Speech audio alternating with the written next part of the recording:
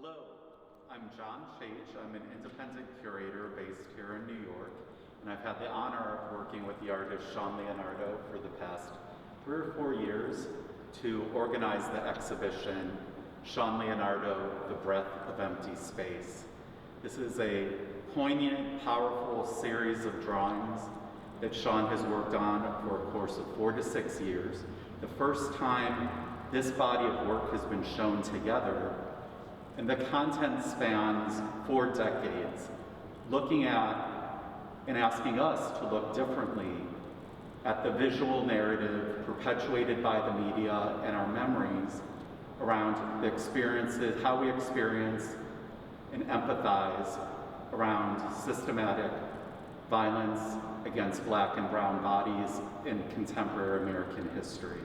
The show is a call for empathetic witness or active seeing, asking viewers to slow down, be present with the work, be aware of what knowledge and memory we're bringing to seeing each piece, as much as each piece is looking back at us. And tonight, we'll have the opportunity to talk through a series of the pieces that all have a unique connection to the New York region, where Shaun was both born and now lives and works in Brooklyn. Hi, Shaun.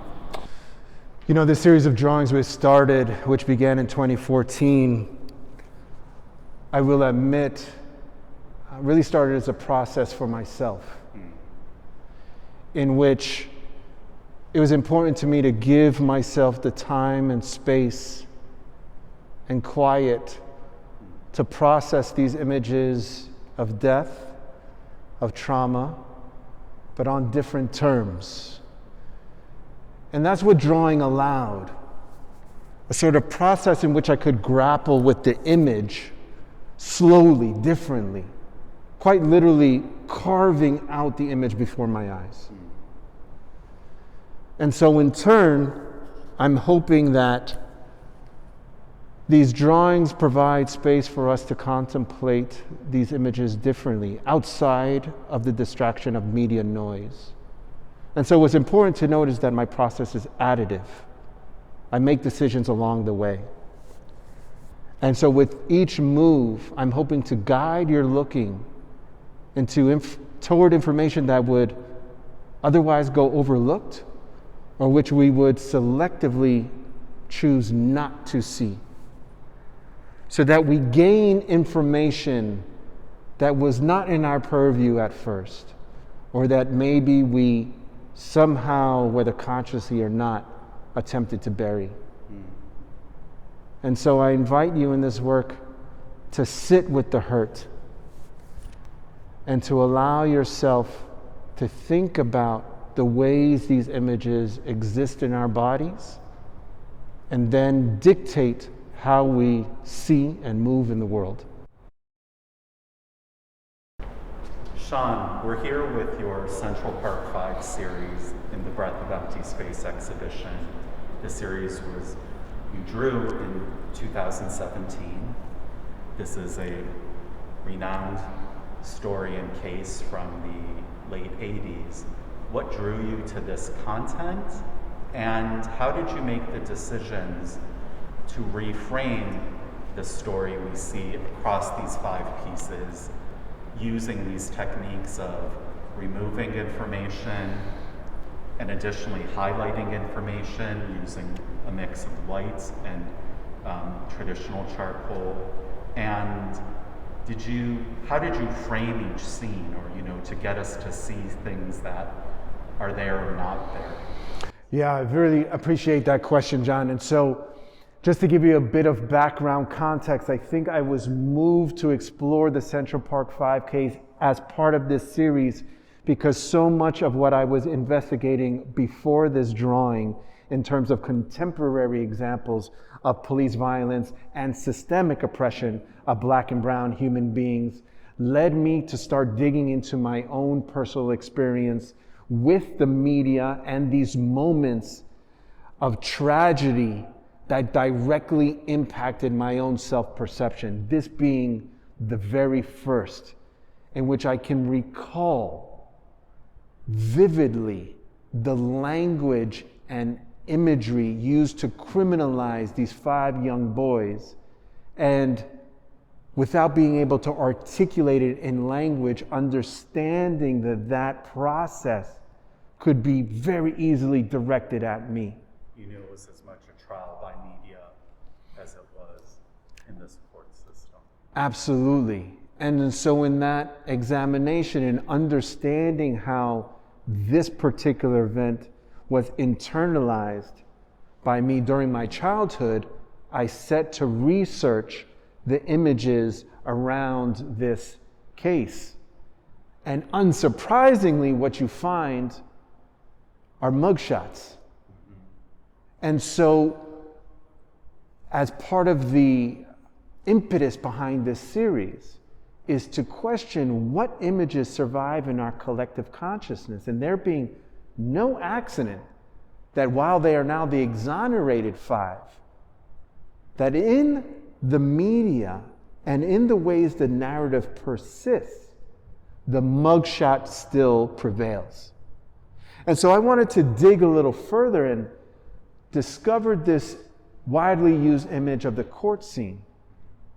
And what shocked me at first, which required a little bit of more investigation, was that the image that is first presented to you is a sharply cropped image somewhere in the middle of this scene, in which you're presented with 5 boys in a row.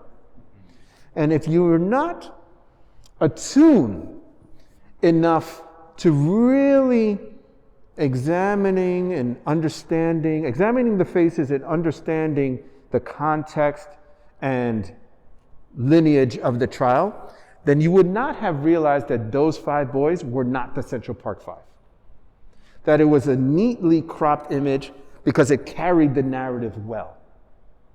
But instead, the boys on trial were spread out throughout that court.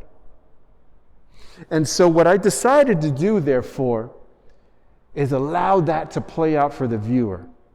And so in many of the drawings in this exhibition, what I do as a strategy is take a single image and separate the information horizontally.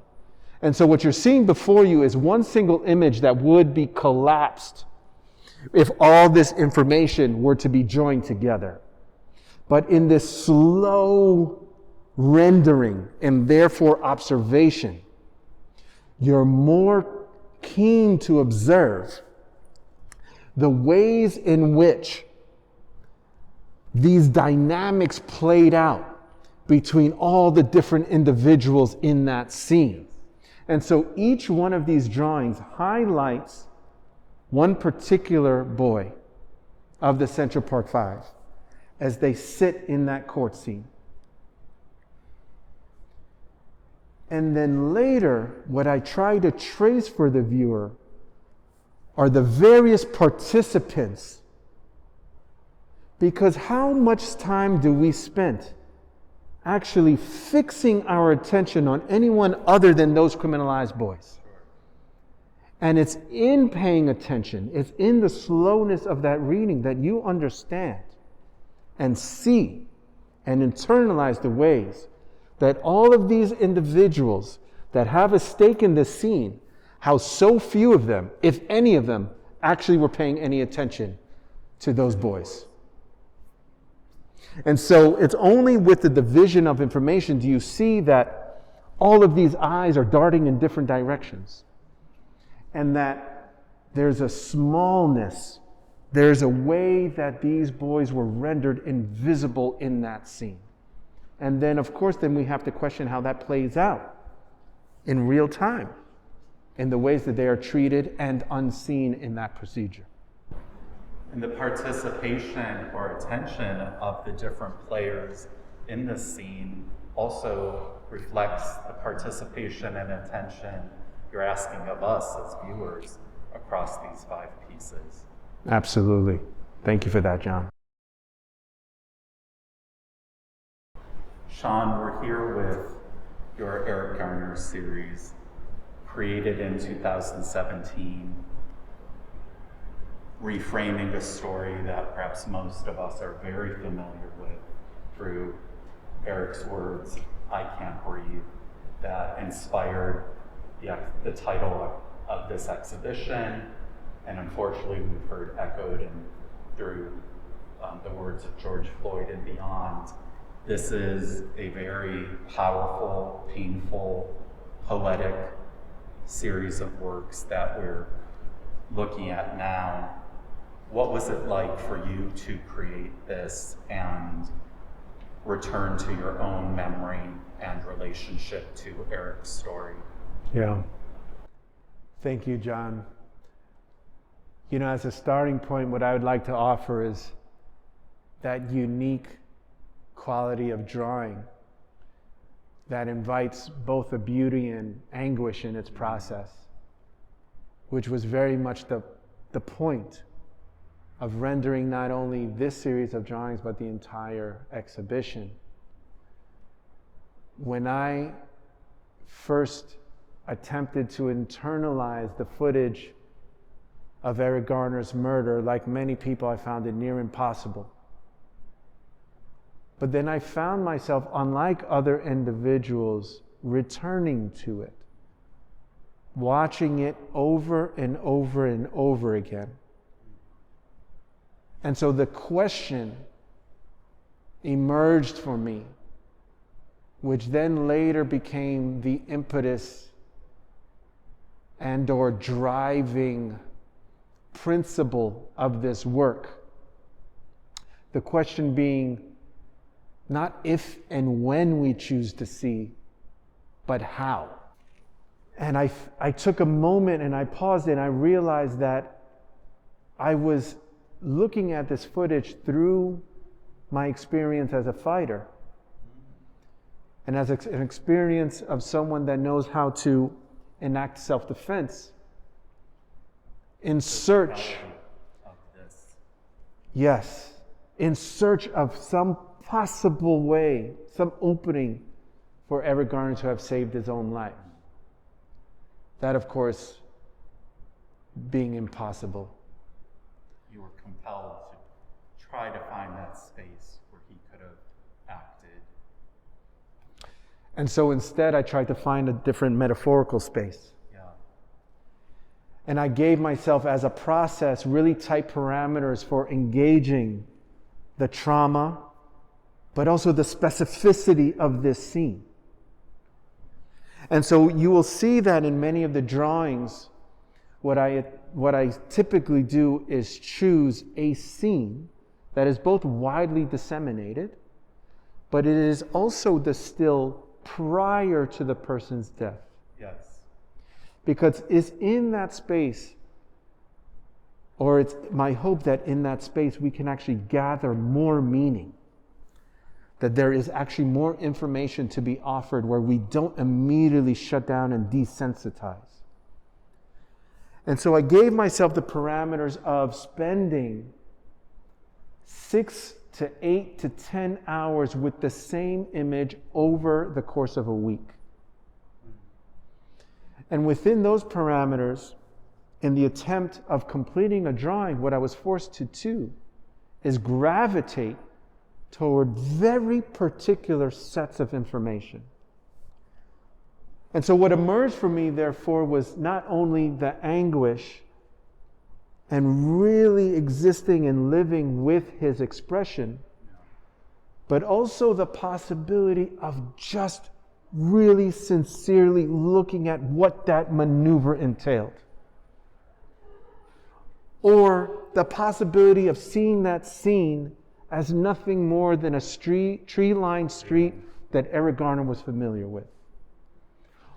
Or redacting the information in ways that we just have to sit in particular areas of that space, understanding what became an arena of violence, but what on any other day could have been just Eric Garner standing there.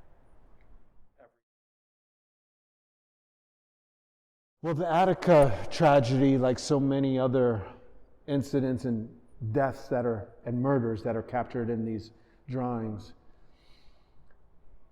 those events are revealed in fuller picture as the years go on.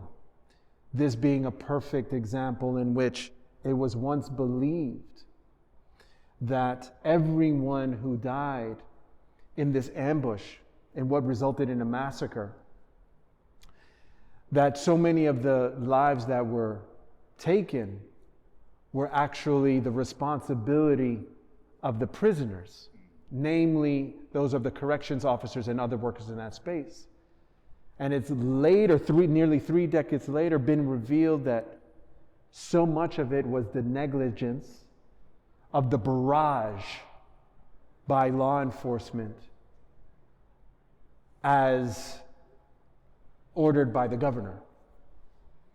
And so, as it plays out in so many of these other drawings, what I'm questioning is, how is it that we remember? This being one of those images that left a deep impression on me. And as you said, this possibility of it being a courageous, pivotal scene of positivity, of possibility, and yet just behind this scene is a massacre in the waiting. And so with drawing, and I always like to pay or give some attention to the technical aspects of the work, when I first started drawing this work, I had no intention or understanding that it would later be covered by a two-way mirrored tint. Instead, I took on the painstaking task of really just locating myself in each one of those raised fists and capturing this scene almost in its ghostly quality to convey that impermeability of memory and the ways that even an image that is so striking can be elusive. And so in a lot of the drawings, whether they're rendered in pencil or in charcoal, I vary the line weight, I vary the density of the charcoal to give you some literal and metaphorical breadth in the imagery. It gives you a depth for you to exist in the work. And then I found myself gravitating and paying all my attention to these 4 central figures and taking all of the time to render those in as realistic and accurate of a form. And then understanding in this impossibility of memory, in this possibility of collectively understanding what this scene entailed, and also never, ever possibly knowing who these people were, that I had to somewhat obliterate this scene to force ourselves to look at ourselves in the image of these faces, to implicate us in our looking, in our remembering. And it also questioned how it is that we sit not only with, but in this type of image. Do we see ourselves as one of the masses? Or do we see ourselves outside of this scene as something that is distant and foreign? These prisoners initiating this uprising for basic human needs and values. And yet somehow, in the ways that we remember, in the ways that history collects the information, they are still seen as less than. And they are still rendered invisible in the narrative of their own lives.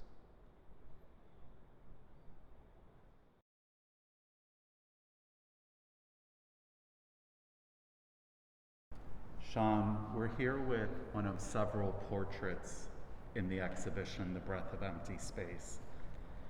This piece examining the story and asking us to think again and feel more around the story of Shaun Bell from Queens, like you.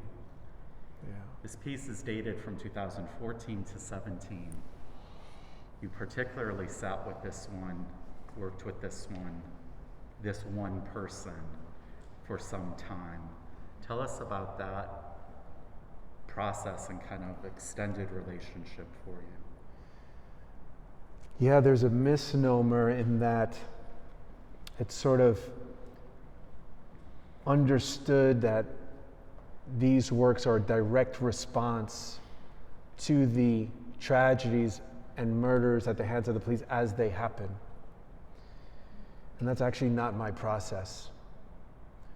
The first 3 of this series were the Trayvon Martin portraits, Sean Bell, and a lesser known tragedy of Jonathan Ferrell.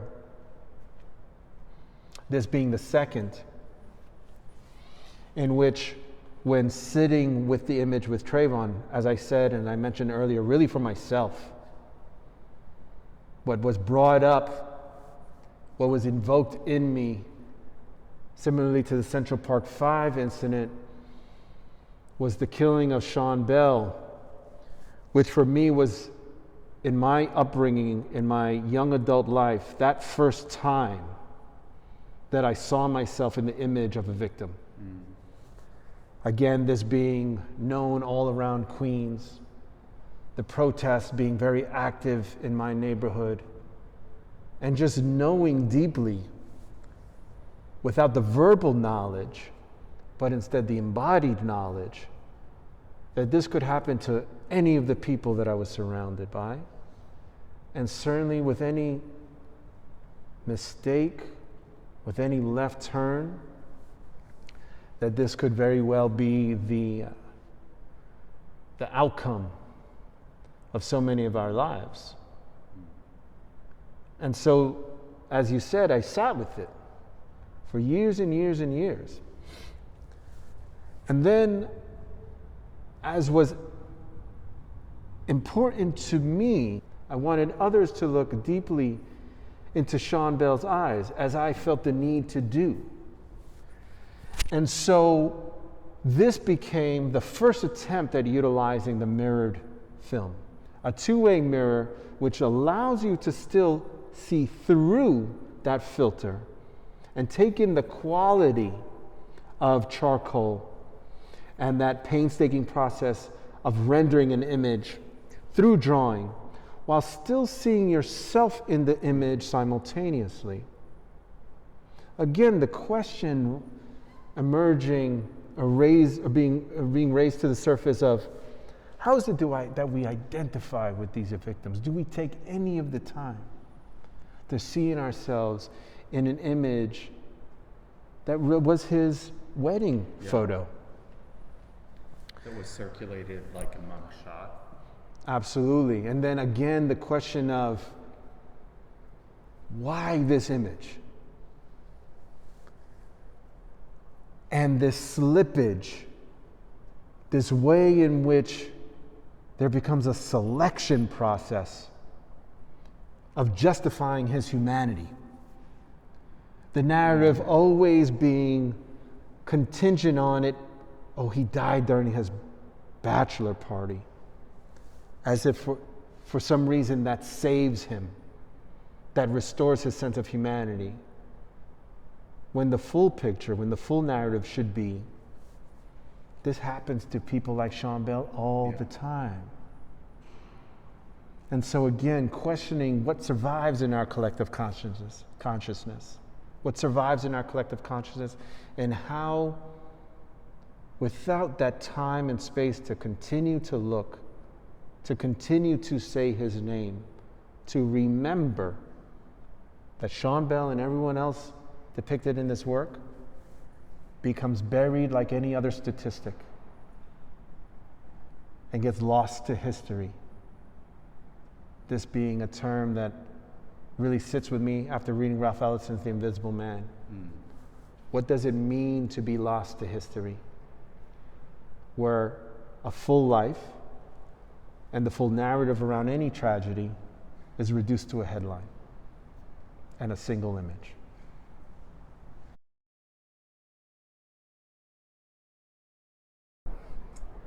Shaun, we're here with the triptych that is exploring the story of Rodrigo Pereira, a young man from Queens, a part of your life, his story in your community growing up.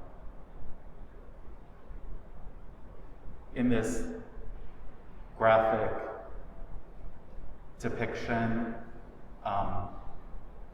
that forces us to reflect on our own understanding, emotions of what we know of this story or not, and what we are feeling now, forced through the use of the highly reflective mirror tint back on us as viewers.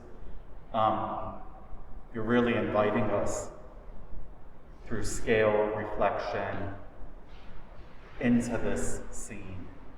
And interestingly, this content for you was created without any visual reference, unlike other works in the exhibition where we can identify a series of highly circulated images chosen by a photo editor, cropped and altered, that have shaped our kind of collective memory. There's no visual documentation of Federico's story. That's right. So how did you bring out this image? So similarly to how I've been addressing the Attica piece, certainly Sean Bell and Central Park 5, it was in grappling with the images of contemporary incidents of police murder, Stephon Clark, Michael Brown, Eric Garner, Laquan McDonald, that something was evoked in me that I clearly buried.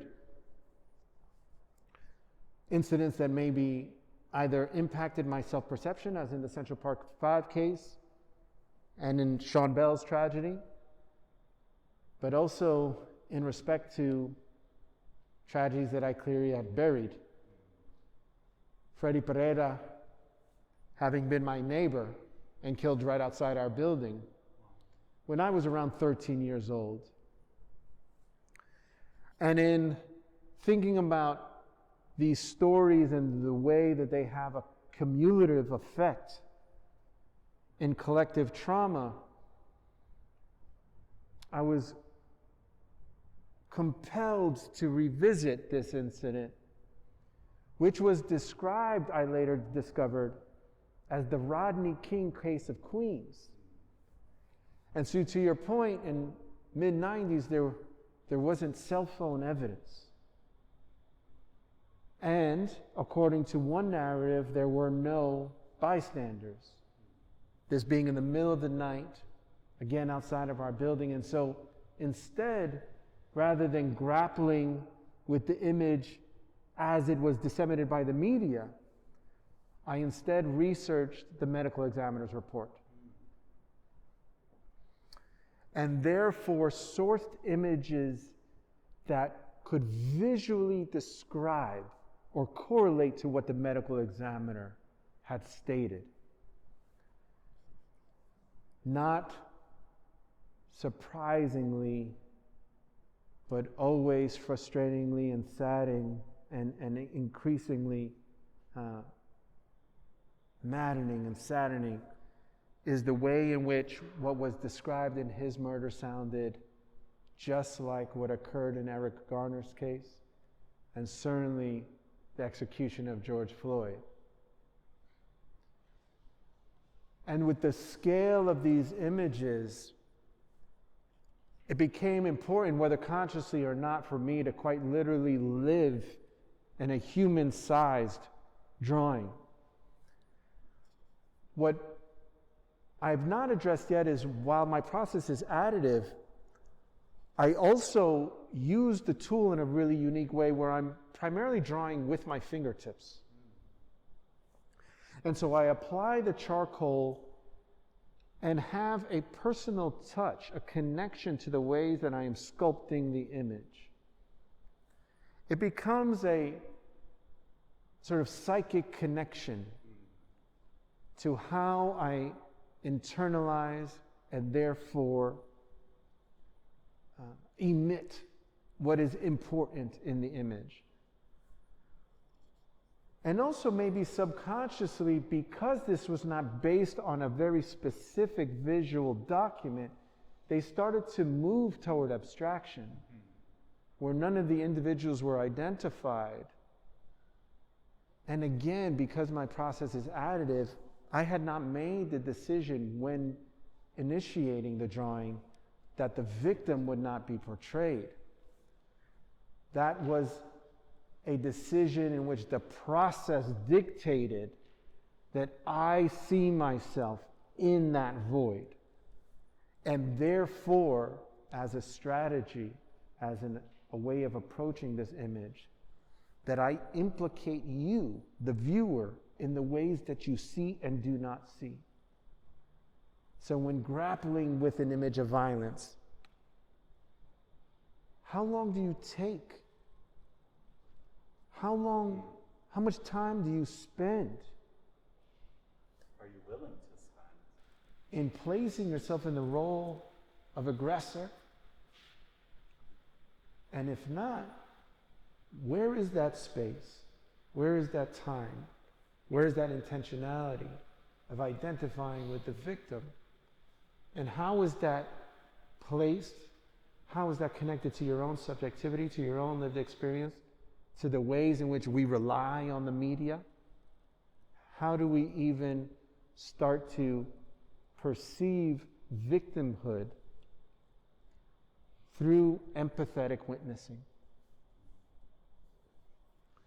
How you move us through this tension of detail and abstraction, and move us from our experience contained in the frame to how this story and our experience with it extends into the gallery. The shadows created from the mirrored tints are haunting and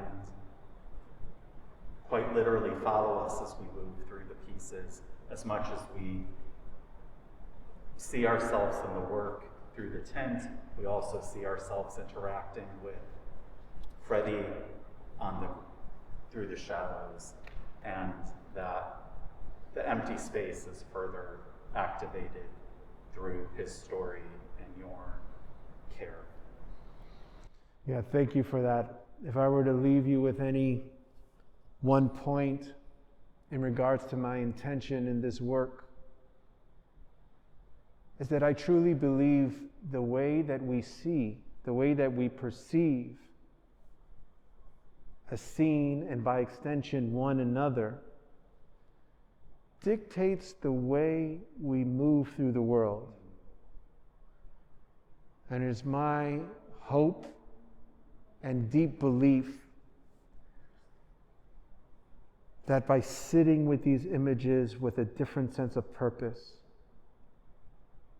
with some sense of peace, in quiet, by grappling with the images, that we move through the trauma, that we're informed by what they have to offer, that information then moves us to act differently, giving meaning to this history of violence in the ways that we interact with the world and one another every day. Thank you for creating this space to invite us to connect with these painful, necessary stories that have shaped us. Thank you, John. Thank you.